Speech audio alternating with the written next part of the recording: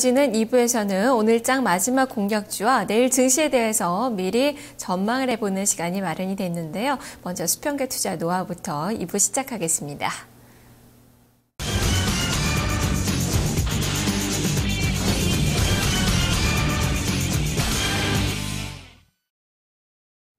수급 주체들의 평균 단가를 활용해서 전략을 세워보는 시간입니다. 신현식 전문가입니다. 전문가님 안녕하세요.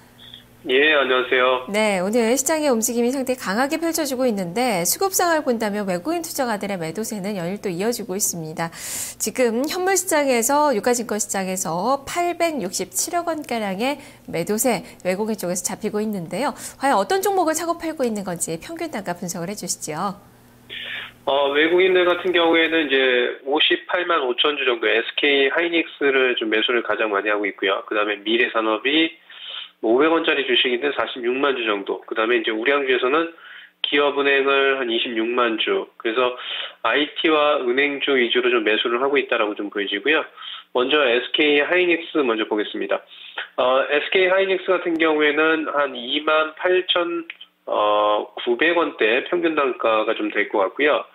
CLSA 창구나 모건 스탠리, UBS 창구를 이용해서 외국인의 매수가 좀 들어오고 있다. 이렇게 좀 보시면 될 것 같습니다. 단기적으로는 많이 상승한다고 하더라도 29,500원 정도 볼리저밴드 상단선에 좀 걸리지 않을까라고 좀 보여지고요.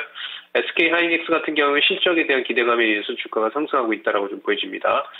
자, 외국인 매도하는 주식 좀 보겠습니다. LG U+가 89만 8천 주, 그 다음에 한국전력이 53만 9천 주, KB금융이 42만 주 정도 좀 매도를 하고 있는데요. LG U+를 좀 먼저 좀 보겠습니다. LG U+ 같은 경우에는 그 노무라에서 노무라 증권에서 7,980원 정도의 평균 매도 단가가 좀 될 것 같고요.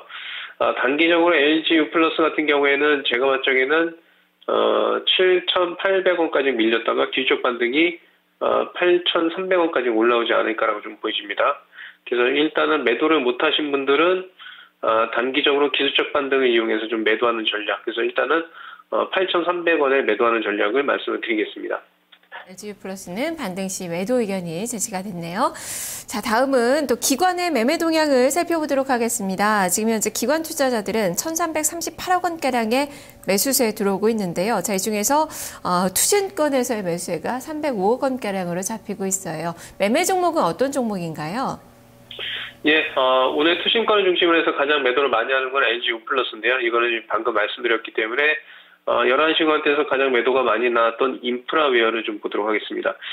인프라웨어 같은 경우에는 지금 현재 구간대에서 5만 6천 주 정도 좀 매도가 좀 나오고 있다라고 좀 보여지고요.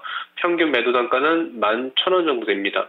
창구는 신한 창구가 좀 되지 않을까라고 좀 보여지고요. 인프라웨어 같은 경우에는 볼리저밴드 하단선에서 지지가 나오고 기술적 반등이죠. 기술적 반등의 목표치는 11,800원 정도가 되지 않을까, 뭐 이렇게 좀 말씀을 좀 드리고요. 그래서 11,800원까지 보유 의견입니다. 오늘 이제 투신권 중심으로 해서 1등도 SK 하이닉스를 좀 매수를 많이 하고 있는데요. 요거는 이제 아까 했으니까 하나금융 지주를 좀 보도록 하겠습니다.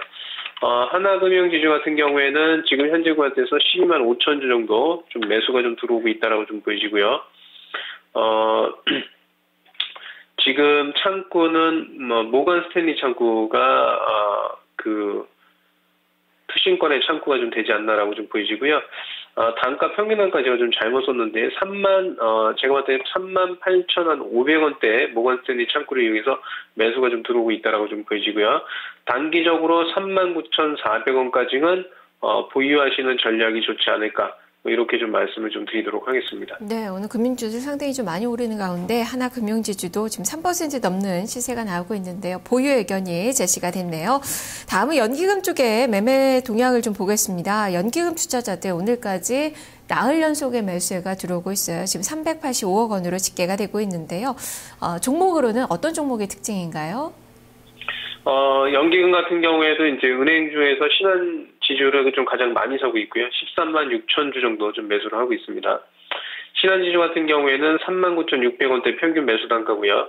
삼성 창구를 이용해서의 연기금의 매수가 좀 들어오고 있다라고 좀 보여지고요.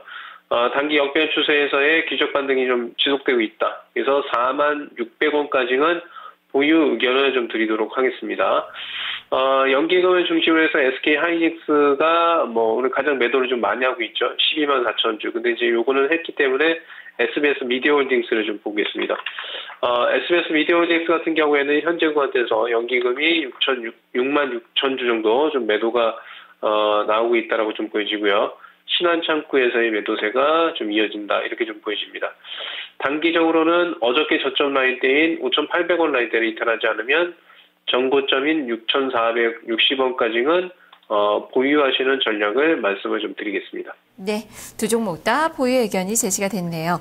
자, 이렇게 종목들 전략을 살펴봤는데요. 지금 현재 유가증권 시장은 1970선대 중반까지 올라선 그 상황입니다. 시장에 대한 전략은 어떻게 가지고 계신가요?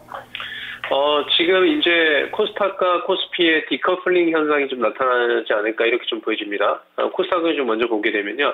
코스닥 같은 경우에는 이제 고점이 오늘 이제 음봉 지금 0.3% 정도 좀 빠지고 있고, 코스피 시장은 오늘 1.3% 정도 올라가고 있죠. 그래서 최근에 코스피 시장이 코스닥에 비해서 상대적으로 소외가 됐었습니다. 그리고 제가 이제 1950에서 1930포인트 이하권에서 좀 매수 관점이다라고 말씀드렸는데, 코스피 시장 같은 경우에는 추가 상승 가능성이 좀 높습니다.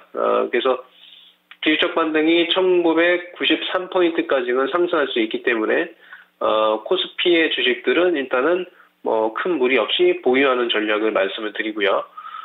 코스닥 같은 경우에는 이제 내일 음봉이 한 번 더 떨어지게 되면 차익 실현을 하셔야 될 것 같은데, 저는 이제 전고점 556포인트를 돌파할 가능성이 좀 제한적이고 오히려 박스권의 흐름이 나타날 수 있기 때문에 코스닥의 주식은 비중을 축소하는 전략. 그러니까 내일 만약에 음봉이 떨어진다라고 하면 코스닥은 21선까지 좀 대밀릴 수 있기 때문에 저는 좀 매도하는 전략을 말씀을 좀 드리도록 하겠습니다. 네, 알겠습니다. 말씀 잘 들었습니다. 예, 감사합니다. 네, 코스닥 시장보다는 유가증권 시장을 보자라는 그 관점이네요. 코스닥 시장은 박스권의 움직임이 좀 이어질 가능성, 비중을 좀 축소를 해보자라는 관점이고요. 유가증권 시장은 조금 더 추가적인 상승을 바라보자라는 관점에서의 의견이라고 할 수 있을 것 같습니다. 신현식 전문가였습니다.